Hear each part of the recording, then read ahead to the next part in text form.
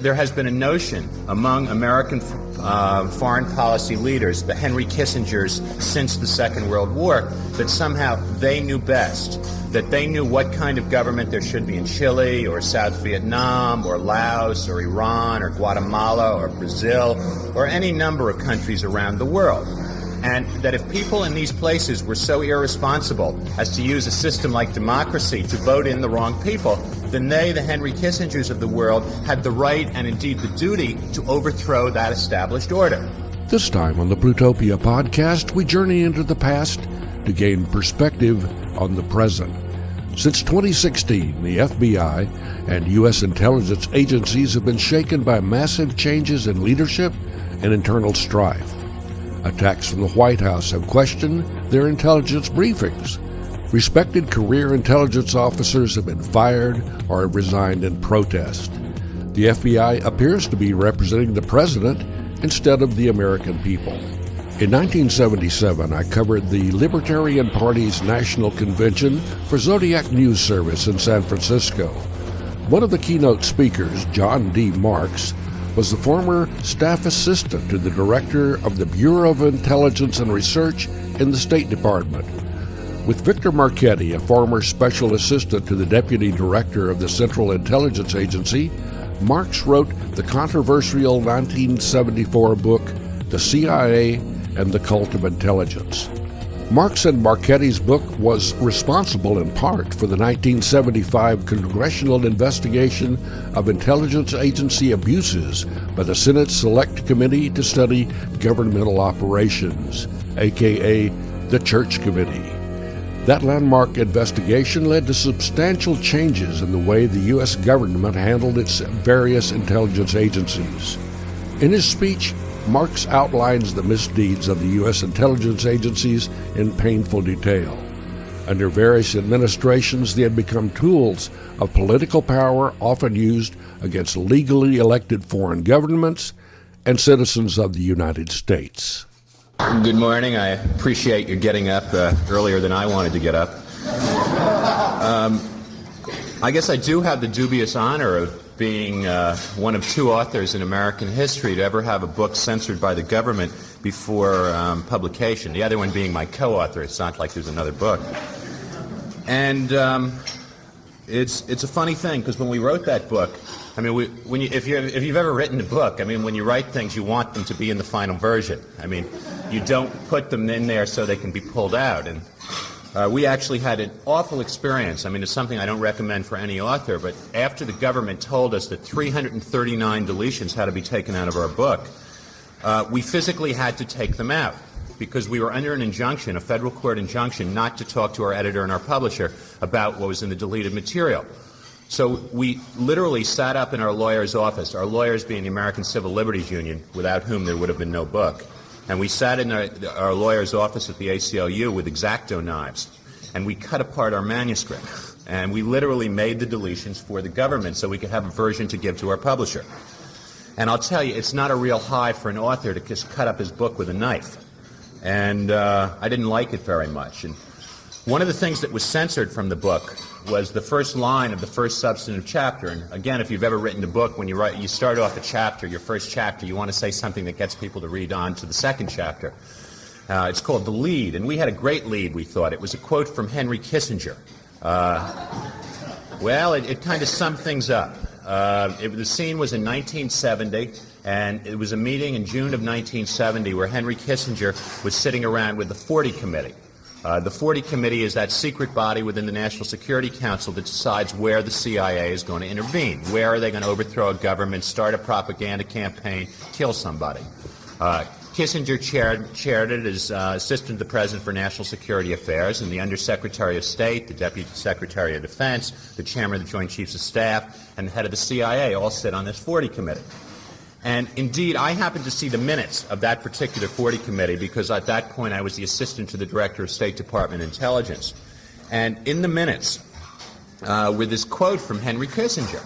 And put it in because it summed up the whole book, and the government censored it. And I'd like to tell you about it, but I'm under an injunction not to. the trouble, well, the thing is, I suppose, luckily for all of us, the New York Times has reported what was in that first line of our book. So I'm going to quote to you from the New York Times, quoting from our book.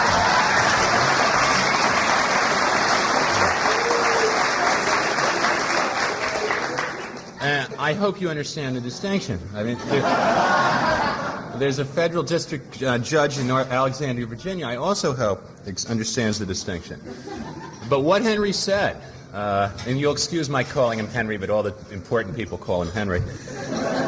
What Henry said at that particular meeting, and you must understand the Chilean elections are coming up in about 3 months. This is June 1970. Salvador Allende, who is a Marxist, is running as head of a leftist coalition that goes right across the spectrum of the left into the left part of the Christian Democrats, sort of kind of from the Eugene McCarthy's on leftward, and or what he used to be.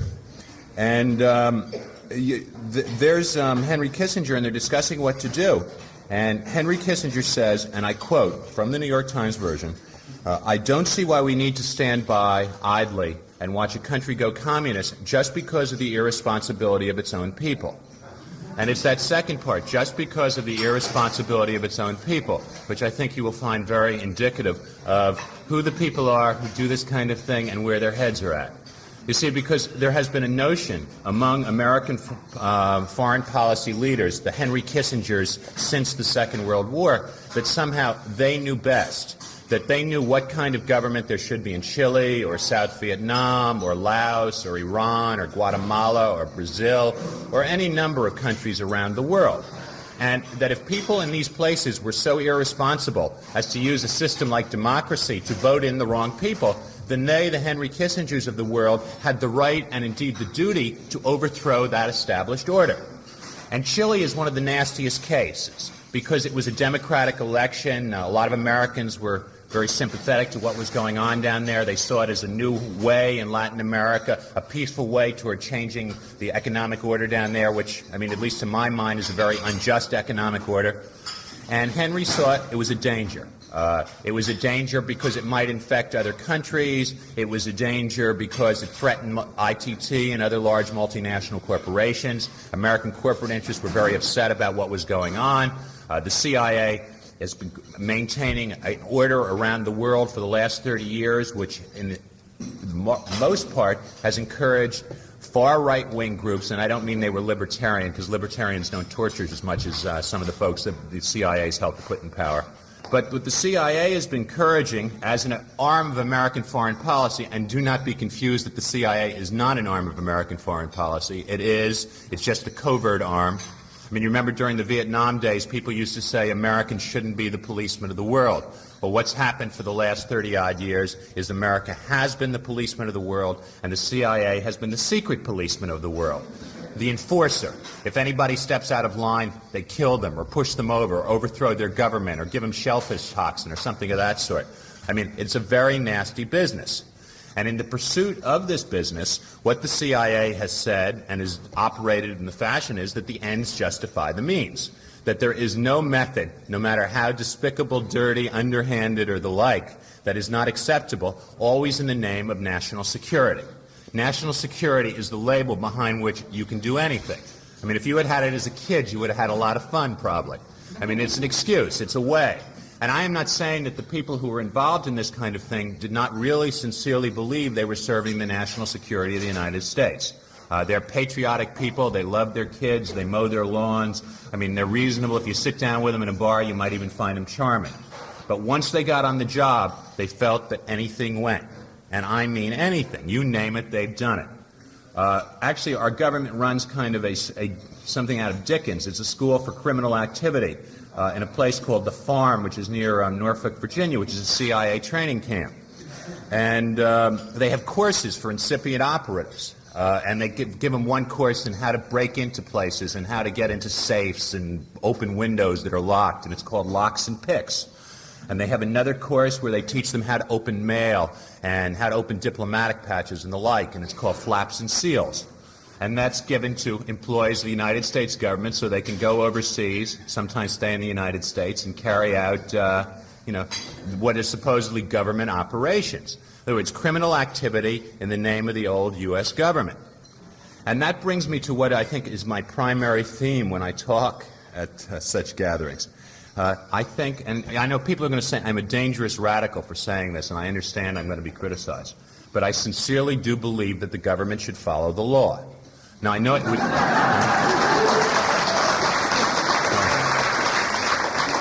Now, it's a dangerous proposition. It would mean they would have to change the way they've been doing things for a long time if the government followed the law. During the 60s, law and order became a code word against people like me, right? I mean, it became a code war against people who were against the war in Vietnam, who thought blacks and whites should have equal rights, who were organizing, let us say, a little bit to the left of of Hubert Humphrey, right? I mean, who thought that there should be some change in this society outside the Democratic Party's mainstream, you know, Richard Daley. And there were a lot of people like that. And the government started using illegal activities against these kinds of people. I mean, the CIA, the law that established the CIA says the CIA shall have no domestic security or police functions. I mean, Congress was very clear about that. They did not want the CIA running around inside the United States spying on people. And so what happened? That all during the 60s and into the early 70s, the CIA had a program called Operation Chaos. They always choose wonderful names for these things. And under Operation Chaos, the CIA was following around and otherwise interfering with the anti-war movement, the civil rights movement, the American Indian movement, the women's movement, and a few people on the right. The right didn't get so much of it that time around, though. Maybe next time it'll be the right's turn. But the CIA was doing it, and it was a violation of the law. It was there is no exception allowed in that law. And there are a lot of other laws, American laws, that the CIA has been violating over the years. For one instance, there's this law, you're not supposed to open the mail. I mean, there is no exception to that law for left-handed postmen on their birthday can open one letter. I mean, there aren't exceptions to that particular law. Yet the CIA, for 20-odd years, runs a mail-opening program along with the F.B.I. where they open up, hundreds of thousands of letters and are kind of surveilling millions of letters. Poor Frank Church, Senator Frank Church, writes a letter to his mommy from Moscow, and the CIA opens it up. Now, I mean, national security or something like that. Indeed, it was rather interesting because James Angleton, who headed up counterintelligence at the CIA for many years, was asked before the House Intelligence Committee, the old Pike Committee, why was it that they were opening the mail? What did they expect to find? I mean, presumably the Russian spies don't communicate to each other by postcard. And Angleton said a very interesting thing, which is a commentary a bit on where the CIA mentality is. What Angleton said was, well, we always thought that the KGB thought that we didn't open the mail. And it's interesting because the whole program was based on the assumption that the KGB had a higher respect for American law than the CIA in fact did. And I don't want, I don't want to take that out to any more ridiculous, absurd conclusions, but it's interesting to see where the CIA was on that one. But they were breaking the law consistently. But compared to what the FBI was doing, they were not such big lawbreakers. The FBI, the CIA's program was extended into the thousands of Americans who were in those various movements. The FBI's got into the hundreds of thousands. I mean, there was a point in 1969 when J. Edgar Hoover ordered that a file be opened on every black student association in the United States, every, Afro-American black student association at every college, not every black college, and that individual files be opened up on all the members. So that meant there was a file on every black student in the United States. I mean, just to start with, that's what the FBI was doing. I mean, massive kinds of surveillance. And it really went across the board. Into all those kind of dissident movements of the 60s and into the 70s. But the FBI took it a step further, actually, than just pure old surveillance and infiltrators and informers and things of that sort. What the FBI did was to start a program called COINTELPRO, Counterintelligence Program, COINTELPRO. Never want to call a thing by its name in this business, right? You kill people, it's called executive action, or terminate with extreme prejudice. I mean, they don't like... I kid you not, it's funny except if you happen to be killed. I mean, then it's not so funny. But the COINTELPRO was an FBI program which was designed to harass and interfere with the activities of groups that J. Edgar Hoover didn't like. I mean, that's the only way to define it. Most of them were groups to the left, some of them were to the right. I'll just give you a few examples of what our noble government agents were doing. There was a Boy Scout troop in Orange, New Jersey. which had as a scoutmaster a member of the Socialist Workers' Party. The FBI immediately recognized the danger of that. Leftist ways of following compasses, going down trails, things of that sort. And the FBI intervened with the Boy Scouts of America to get that Boy Scout troop disbanded. End of Socialist workers' influence on Boy Scouts in Orange, New Jersey. There was an anti-war professor out at Arizona State University named Morris Starsky, late 60s, early 70s. And I mean, you know the type. Whenever they invaded a new country, he would always go down to the local draft board and protest. And it was always embarrassing. I mean, you know, in a place like Phoenix or Tempe, Arizona, there are not too many anti-war activists sometimes, and old Morris Starsky was always going out there and demonstrating. So the FBI sent an anonymous letter to his faculty tenure committee just when his appointment was coming up. And they made all sorts of scurrilous charges about Professor Starsky. And I can't say exactly as a result of it he was fired, but he sure didn't have his tenure renewed, and he didn't work there the next year. I mean, who knows to what effect the FBI's letter had an effect. But it was signed a concerned alumnus. And I assume when you sign that to a faculty tenure committee, at least they read your letter. There was a civil rights preacher in Mississippi, I think it's the Tougaloo area of Mississippi, the Reverend Muhammad Kenyatta he became. He didn't start off with that name. And he was active in the civil rights movement down there. It said blacks should have equal rights with rights. And the FBI sent an anonymous letter to him saying that if he did not leave that part of the state of Mississippi, his life would be in danger. And I guess if you're black and you get that kind of letter in Mississippi, you leave. I mean, I think if you're white and you get that kind of letter in Mississippi, you also leave. But he left. He went to Philadelphia, where he now resides. I don't want. That's a value judgment. And let's talk about some righties who got that. Ku Klux Klan got a little bit of this stuff. I mean, they're not friends any of ours, I don't think. And there was Klansmen in the Carolinas. This is an interesting case. In the Carolinas, late 60s, and a guy is really active in this local Klan, and he gets a letter from the FBI, not signed J. Edgar Hoover, but, you know, signed a concerned citizen or something of that sort. And the letter says that if he hadn't been spending so much time running around burning crosses on other people's lawns, he would realize that his wife was running around with every black dude in town. And I guess if you're in the Ku Klux Klan, that bothers you. I mean, I think that's why you're in the Ku Klux Klan, but I don't know about that. No. But in any case, this is what they were trying to do is cause divorces. Because if a guy has an unhappy marital life, he can't burn crosses quite as often, or he can't, demonstrate against the war, or he can't demonstrate for civil rights, or whatever. And the FBI was into causing dissent and breaking up families and breaking up groups, and they just love to get groups mad at each other. I mean, and sometimes it get very nasty. Out in San Diego, there were the Black Panthers and the U.S. Party, which was kind of a black offshoot, radical also. And they started saying bad things about the one with the others, I mean, through informers and through letters and stuff like that. And after a while, they had the Panthers shooting at the U.S. Party, and people were being killed, I mean, literally in gun battles between the Panthers and the U.S. Party. And the special agent in charge of the San Diego office, in the middle of all this, right after a major killing, sends a letter back to Hoover saying, a cable back to Hoover saying the program is going great guns. We had one murder last week. And, literally, and you don't have to take my word for this, the Senate Intelligence Committee, the Church Committee, has documented this stuff, to the umpteenth degree. They pulled back and they pulled their punches on the CIA. They got very upset about the fact that the CIA, they might, get in trouble going into the CIA stuff, the Church Committee did. But on the FBI stuff, they got mad. And they made documents, most of these documents, available. And the case that probably has attracted the most attention and perhaps has the most awful bottom line is what they were doing against Martin Luther King.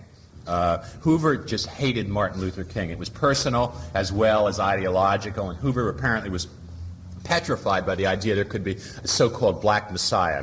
There are FBI documents that were, let us say, liberated at Media, Pennsylvania, in which Hoover talks about the fear of a black messiah, and it's clear that King is his example of what that could be. He did not want there to be black leadership in the United States that was of a certain nature, and to him, Martin Luther King was kind of over the line. To most of us, he was a moderate, but, to Hoover, I think if you were black, you couldn't be a moderate.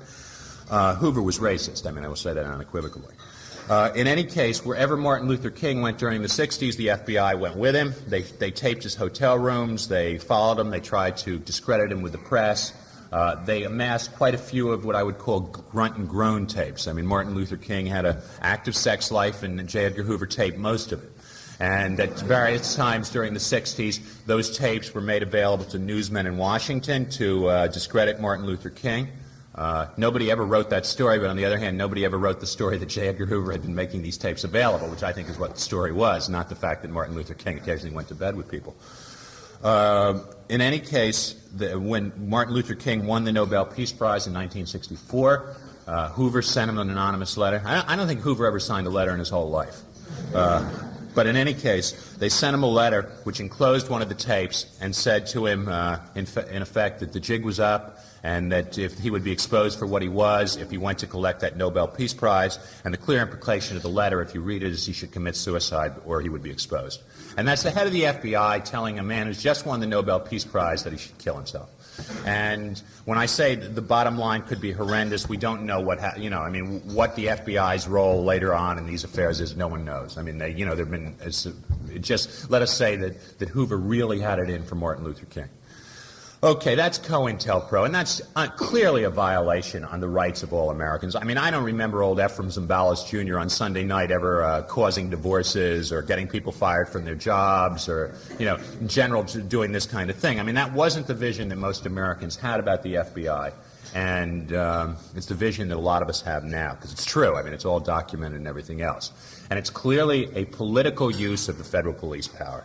I mean, political police are something most of us would associate with Nazi Germany, Soviet Union, places of that sort. We had it right here.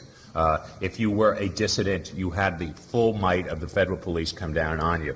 Sometimes it got very nasty. Sometimes it was only semi-nasty. I mean, if you were middle class and white and you had a beard, they would throw flowers at you and not be quite as tough as if you were black. If you were black, you seemed to wind up dead if you were in a leadership position. There are not too many black leaders around who were around during the 60s. I mean, just look at that. And I don't want to put on the FBI or the federal government direct responsibility for the death, but they certainly were encouraging the climate and encouraging local police to get involved in such things. I mean, the shooting of Fred Hampton in Chicago, I mean, clearly set up by the FBI. Documents have since been released about it. And I mean, I don't know if you probably don't have any great sympathy, some of you, for Fred Hampton and the Black Panthers, but I think you could agree with me it's probably not a good idea to have the FBI setting up for death American political leaders or political dissidents, left or right. Because unfortunately, with most of the right in this country, there's kind of a knee-jerk reaction to the phrase national security. Somehow, I mean, I can't believe it. I mean, if HEW, most righties in this country hate HEW, man. They want to keep HEW out of their lives, or SBA, or HUD, or Department of Transportation. But bring up FBI, and they say, hey, that's wonderful. I love it. I love it. I mean, why don't people have the same distrust for the FBI that they have for HEW or other bureaucrats? And the reason is because they've somehow been convinced by Ephraim Zimbalist Jr. and J. Edgar Hoover and kind of propaganda that this is the stuff that stands between us and the Russian menace. And it's just not true. I mean, that is just a lot of hooey. I mean, it just isn't so. And people should get that through their heads, and you've got to be consistent. I mean, I think until this year, or late last year, when one FBI inspector in New York was indicted for breaking and entering, right? I mean, only, 40 burglaries into the SWP offices or something like that. Until that point, no federal government official had ever been indicted or in any way charged with criminal activity for illegal activities against citizens, or not in any meaningful kind of way. And that, total unequal use of the law, and a terrible example to the bureaucracy. I mean, I don't know if any of you have ever been around the bureaucracy, but you find with the bureaucracy that if people understand very quickly what they get rewarded for and what they get punished for. And in the past, at least, you got rewarded for being one of the best burglars. I mean, being willing to go in and burgle the SWP or start a fight which got people killed among Black Panthers and U.S. Party and people of that sort. And what we need is a notion of official responsibility and accountability, that individuals who are in the government are accountable for their acts. And if they break the law, they're going to go to jail, and that they can be sued, and that they are not immune just because they're government officials. I mean, I know I am accountable for my acts, and if I break and enter, I will be charged with a crime, and I would just assume that the same thing be put on the FBI, the C.I.A., and the rest of the federal government agencies.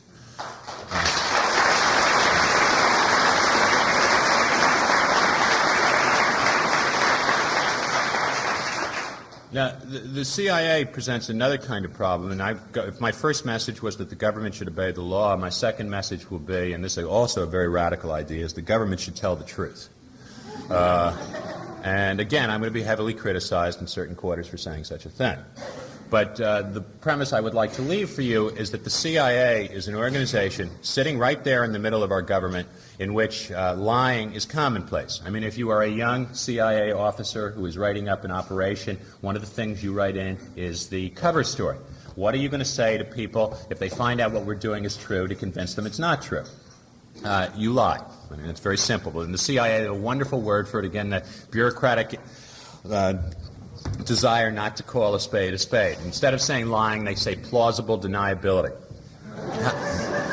How can we plausibly deny something is true if it's true? And you plausibly deny something to a friend of yours or in a court of law and they put you up for perjury. And the CIA does it, and they have to, and government officials have to do it to protect the CIA. And so we've had a situation where the last 5 presidents of the United States have plausibly denied things about the CIA, have lied about the CIA in order to protect the CIA and its operations, and then they wonder why there's a credibility gap. I mean, it's crazy. I mean, let me just go back, a little bit of presidential lying. I mean, President Eisenhower, the wonderful, benighted president of my childhood, I mean, smiling, making the world safe for democracy and everything else. And there are several examples, but the most well-known is the U-2 affair in 1960. I mean, American spy plane, CIA spy plane, shot down 800, 900 miles inside the Soviet Union, and President Eisenhower and the administration put out the story. It's an unarmed weather reconnaissance plane which has wandered off course. And I remember I was 17 at the time, very impressionable, and I said, "God damn Russians, they're shooting down our weather planes." Man, I mean, they're against thermometers and temperatures and clouds. I mean, it's incredible what's going on, right? And I was outraged till 2 days later, of course, President Eisenhower. Well, the Russians kind of surprised us on that one. There had been a feeling that there would be no evidence, right? It turns out there was a pilot in there named Francis Gary Powers, and there was a button he was supposed to push. And, supposedly they told him that if he pushed the button, he would be ejected, and 5 seconds later, the plane would blow up, so there would be no trace. And I really don't believe that Francis Gary Powers thought there would be a 5-second delay. In any case, he didn't push the button. And so the Russians had one very live pilot and one slightly damaged plane, rather damaged plane. But it was full of all this spy gear and, silver, gold rubles and suicide pills. I mean, it wasn't a weather reconnaissance plane. And the Russians made that very clear, and the Eisenhower administration had to back down, admit they had lied about it, and it canceled the summit of 1960 between Khrushchev and Eisenhower, which at the time was a major setback for détente. I mean, there have been other major setbacks over the year, but that was a major setback in the context of the times. In 1961, John Kennedy comes into office, and John Kennedy loves CIA stuff. I mean, Kennedy, especially Bobby, really hot for the idea of young men jumping out of plane with tight pants and boots, and stuff like that. I mean, they really had a thing about that. And I don't want to get into the psychological business behind it, but the Green Berets, I mean, remember, put silver wings on my son's chest. I mean, the Kennedys kind of invented that concept. I mean, the Eisenhower administration had started, but the Kennedys loved it. And the Green Berets, the special forces, were the operational arm, the paramilitary arm of the CIA. I mean, all those years when you thought they were in Vietnam fighting for the Pentagon, they were under the operational control of the CIA. And that was, again, the part they didn't tell us. In any case, President Kennedy got into this presidential lying for the CIA rather early in his administration, about April of his first year, the Bay of Pigs invasion. CIA puts together an invasion of Cuba at the Bay of Pigs, arms several thousand Cuban exiles, sends them in, American-supplied planes, money, guns, everything. And the Kennedy administration says it's a private effort of some concerned Cubans to overthrow their homeland. No U.S. government involvement. Poor Adlai Stevenson goes up to the UN and lies about it. There's some question whether he knew or whether he didn't know, and what Tracy Barnes, the CIA man, had told him and everything like that. But the point is, poor old Adlai is caught in this bold-faced lie in front of the whole world. And the Kennedy administration is caught in a bold-faced lie in front of the whole world. And after it, President Kennedy admitted what had happened, took full responsibility for it, and said, I guess it wouldn't happen again.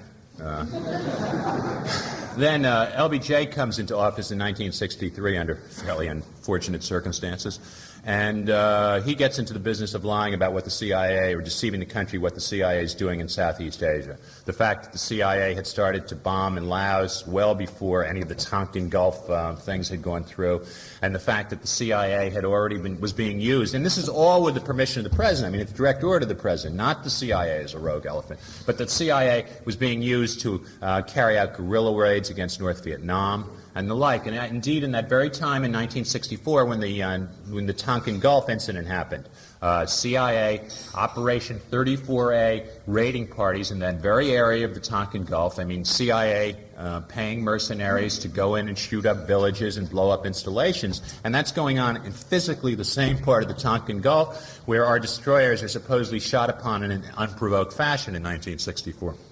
Some of you may remember that incident because it led to the Tonkin Gulf Resolution, which Nicholas Katzenbach said was a functional equivalent of a declaration of war. In other words, that was the thing that took us into the Vietnam War, and at least part of it was staged, it seems. At least, I tell you for sure that the Johnson administration made no effort to tell Congress that it might not have been an unprovoked raid, right? It might have been a provoked raid. None of that came out. Some of it leaked to, I think, Wayne Morris, who brought it up, and it just was squelched totally. And I am not saying in the context of 1964 that Congress might have voted any otherwise on that particular war. I mean, Congress was looking for a nice war in 1964, and if the North Vietnamese were going to be kind of hostile, we would have, I mean, most of the members probably would have gone through anyway. Maybe Senator Fulbright, who voted for the Tonkin Gulf Resolution, might have not voted. It might have been 97-3 instead of 98-2. But the point is that if we're going to go to war, maybe the people in the Congress should know why and how and what caused it. I mean, that isn't an unreasonable request. Indeed, there is a part of the Constitution which says only Congress shall declare war. It does not say the CIA shall declare war. It does not say the President shall declare war secretly if he feels he cannot tell the American people. It says only Congress shall declare war. And the Founding Fathers put that in there for a reason, because they didn't want the President to do this himself. And the President has been doing it himself. And the CIA has been the instrument in which you could use to fight a secret war. In Laos, for 8 years, they fought a war that Congress didn't even know was being fought, so Congress couldn't cut it off. They wouldn't have anyway, but they didn't know it was happening. In any case, we're in presidential lying, and Lyndon Johnson did it, and then we got Richard Nixon. Well, Richard Nixon lied about most everything. It's hard to pick out your favorite Nixonian lies. But, I mean, since I am talking about the CIA today, I will tell you that Richard Nixon lied about the CIA in Chile, and he lied about the CIA in Watergate. And as things get tough, you don't know what President Carter is going to do. But for the moment, let us say that probably the regular systematic intervention of the CIA overseas has been cut down. It is probably not as heavy as it was. But what remains is the network, because they're all out there. All the spooks are still out there. You look in every American embassy in the world, and you find that 25% of the so-called State Department personnel are still CIA people. And they're still out there merrily recruiting to be their agents, you know, the foreign minister and the local reporters and the generals and the student leaders and the trade union leaders. And George Meany and the AFL-CIO still allow all their international, or most of their international programs to be used by the CIA. You could call it the AFL-CIA as far as its international programs go. The Church Committee would not look into that. I mean, you can kid me, looking into George Meany in an election year when Frank Church wanted to be president?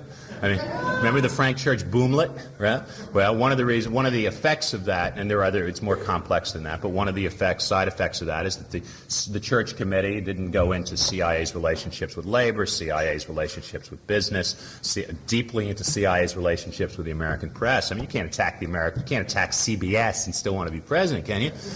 And CBS had a systematic arrangement with the CIA during the 50s and probably into the 60s of allowing their facilities to be used for whatever the CIA damn well wanted to use them for. But the point is that the fact that there is an institutional curb on the CIA inside the Congress does have some effect. And probably, I'm probably sloughing over a little bit too much what the Inouye Committee, the Oversight Committee, could do and is doing. They probably do have some effect. In any case, it is not a good season to be caught. So the CIA has moved into some other ways of doing some of the same things. There's always a vacuum will be filled. One thing that's going on is that foreign secret services are doing a lot more of the action at this point. You see, the CIA is not the cause of these things. It's a symptom. It's a symptom of American foreign policy as it's developed over the last 30 years. It's not the root cause. So when the CIA is knocked back, other people kind of spring up, replace it. CIA has started to use during the 60s, and now they're more on their own, the secret services of other countries to establish the same ends. In Miami, you have a situation now with Cuban terrorists.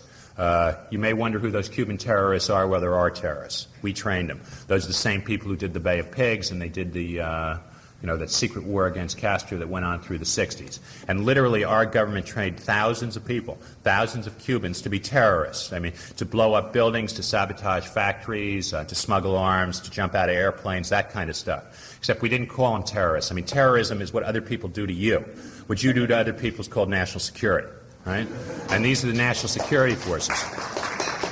But the trouble is that the CIA isn't into this game anymore, or not in a major fashion. U.S. government no longer sending in guerrillas against Fidel trying to poison his milkshake and stuff like that. Supposedly they don't work with the mafia anymore. And so what happened, there are a couple of thousand unemployed Cuban terrorists down in Miami, and a fair percentage of them are going freelance.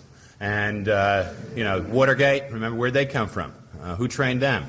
You can go down to Miami now with a couple $100 and put together a team for anything, on any side. A couple $1,000 probably. A lot of drugs coming into this country. If you could smuggle arms into Cuba, you can smuggle drugs into the United States. And you ask the Miami police who runs the drug traffic down there in Cuba, in the Florida, in that area of the country, and you'll find there are a lot of Cubans who had agency connections. La Compañía, right, the company. Well, a lot of them also do terrorism. There was a Cuban plane blown up, 73 people killed. About in October. There was an ambassador killed, a friend of mine, Orlando Letelier in Washington, D.C., apparently killed by Cubans on the request of the Chilean Secret Service, the DINA. These people are very heavy. CBS News, Bill Moyers, did a special on them about 3 weeks ago, which I think was the best thing I'd ever seen on television. It was absolutely fabulous. But what it showed is these are our terrorists, we're responsible for them, and what it didn't say is what we can do about them. And what we got to do about them is turn some of that power of the federal government against them. I mean, I'll tell you, terrorism is a very bad thing. I mean, you have 10 bombings in airports in this country, and you're going to find you're going to have martial law. I mean, one of the greatest threats to civil liberties in the United States is terrorism, because people are very upset about the idea of getting blown up or killed by terrorists, and they do not want to be hijacked. And I'll tell you, our government was in it for a long time, and I think they're getting out of it at this point. I mean, it was okay as long as we did it to the WOGs in faraway countries, but the fact that people started doing it to us in this country, it's incredible. For years, C.I.A. is encouraging Cubans to hijack planes to the United States. I mean, and they'd come to Miami and we'd say they voted with their feet, and wasn't it fabulous what they've done? They've escaped the hated Castro tyranny with their plane or their boat or whatever. So what happens? Americans start hijacking planes to Cuba, and it becomes a national tragedy, and suddenly we're very anti-hijacking. I mean, a sport that we helped to perfect. I mean, we didn't invent it, but we helped to perfect it as a government. But so anyway, let's forget the past for a second. There are all these terrorists running around Miami, and the government's got to do something about it. And they've got this great technique and technology, and they have all these international contacts they got from the years of spooking. And they're tough, and we need a special federal government effort to do something about it, and they're not doing it. The CIA knows who these folks are. They work with them over the years. According to Bill Moyers, at least, some ex-CIA case officers continue to advise them, and our government's letting it happen. And on that CBS show, it was incredible. A masked man got up. No, he wasn't masked. There were masked men on it, but leader of the Cuban exile brigade got up, and he said, in essence, that if anybody tries to stop us, we'll kill them. And it seemed to me, since he said that in Miami, right? And I mean, that was a threat to the U.S. government. And incredibly, the Carter administration has done nothing about this. Incredibly, they haven't said, we accept your challenge, we're going to put you all in jail, and you can't use Miami, and you can't blow up planes, and you can't kill people in Miami. And the Carter administration hasn't said any of this. And they're afraid. The agency doesn't want any part of it. The Cubans have more on the agency than the agency has on the Cubans, I assure you that. And they don't want to go up against their friends. I mean, it's an old case officer turning in his agents. I mean, that goes against the whole clandestine creed. And so it's a major problem, and there are going to be a lot more people killed before the government does something about it. The mafia. I mean, we all know that the CIA worked together with the mafia in trying to kill Castro. One side effect of that was those mafioso who worked with the agency had, in effect, immunity from federal law enforcement during the following years. They also were in a position where they could blackmail, among others, the President of the United States. Remember, old Sam Giancana was sharing a girlfriend with JFK, and that's grounds for blackmail. right? I mean, even old J. Edgar Hoover got involved with that game, because when Hoover found out about it in 62 or 63, he immediately made an appointment with the president, went up and said, Mr. President, I have to warn you that this woman who's been coming to the White House is also tight with Sam Giancana. Well, after that, it would have been real tough for President Kennedy to fire J. Edgar Hoover. Seems to me. Right? And that's the way Hoover operated. I mean, he used those files in terms of personal blackmail. When Nixon wanted to fire him in 1969 or 70 it would have been, or 71, Hoover went to the White House and made very clear to Nixon that if he was fired, the fact that Nixon had been tapping newsmen and his aides would be coming out. Nixon did not fire J. Edgar Hoover. Government by blackmail. I would have to say that the difference between totalitarian fascism and, say, the Soviet Union is not very great.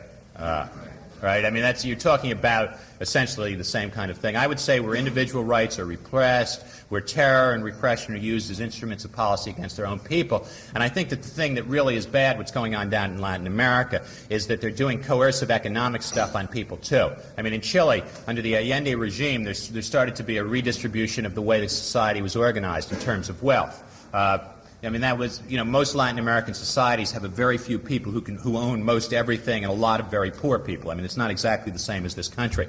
And what they're doing down in Chile today is increasing the share of the wealth that those very few have and taking it away from the very many, which I see as repressive, right-wing, Milton Friedman at its worst, at its craziness. I mean, there may be some other places where Milton Friedman works differently, but in Chile it's being used as an instrument of repression against the Chilean people. And I think it was a disgrace that Milton Friedman was given a Nobel Peace Prize, considering his direct role in what's going on down there in Chile. And I think this is where I would leave some of you in my analysis of events. But a far-right dictatorship and a far-left dictatorship are not very different if you're in prison. Thank you very